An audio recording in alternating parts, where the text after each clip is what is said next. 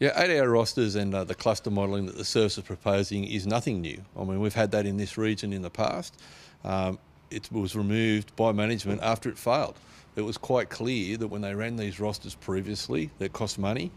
It didn't provide any savings in terms of performance, and for them to go around 10 years later and reinvent the wheel it has ambulance perplexed. Staff don't understand why, that they're being not valued, and that their work-life balance is being attacked. It just doesn't make sense. I have twofold concerns. Firstly, for the health and well-being of the paramedics that have got to work these rosters. I've worked them before. I know how fatiguing they can be.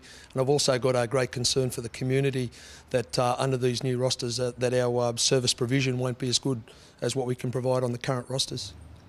The numbers that are being thrown around now is that there's going to be more officers on the road. Well, there's really not. It's the same amount of officers, it's just where you're putting them. That the numbers are saying that we'll be more available to do the emergency work. Well, I can't see that happening. There's still a lot of the other work, the medical work, that they haven't taken into account that we are doing, and in the rural environment we always will do. During the day we do a lot of routine work, and at the moment we have extra staff on at stations and they can team up to do that routine work, leaving ambulances available for the emergency calls. And with this new roster there's not going to be any backup. Who is going to be doing the CT scans, the x-rays, the returning patients home to nursing homes? Who's going to be doing that? If you tie all the cars up doing that, there's nobody left there for emergencies.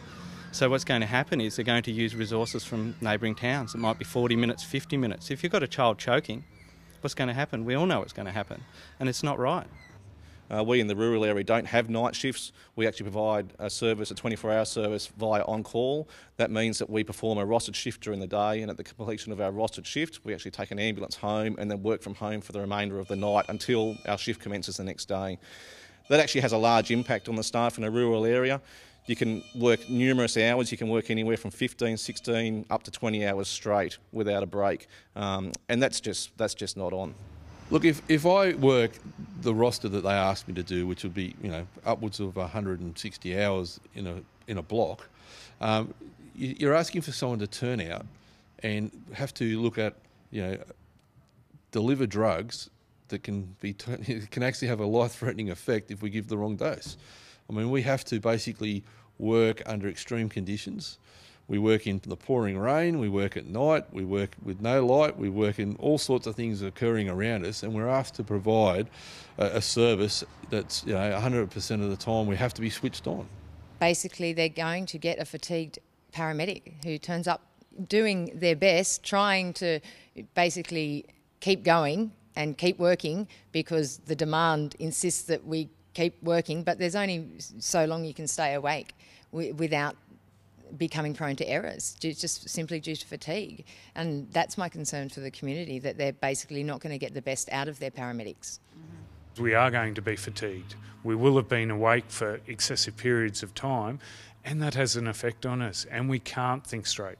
We all know, we work together as a team and we talk to each other and we check what we're doing. We say, look, I want to give this person this drug, this quantity, and we check it with each other, because already we know that when we're on call, which is a huge part of our life, we do get fatigued, and it does bring in these little mental problems with us where we're not thinking straight. You're tired. It has an effect on you.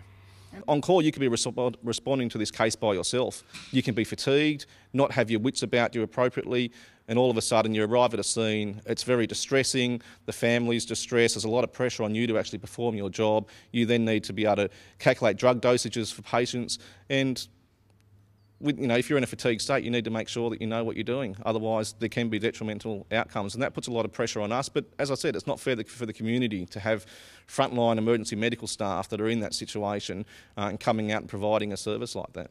It's very intense, and I mean, honestly, people's lives depend on us getting it right. So having somebody who's fatigued, there's many studies that show that fatigue is as significant a contributor to errors made by people as being intoxicated by alcohol. So how can you promote a roster that is basically going to leave your staff in a diminished capacity to perform their role. Can only be detrimental. I mean, everyone knows that, you know, if we were truck drivers, we wouldn't be allowed to work what we're working. I mean, that should probably send a clear message. We're driving on the road, you know, on long distance transports, and if we were truck drivers, we wouldn't be allowed to be on the road at that point in time. But as an ambulance service, we're exempt.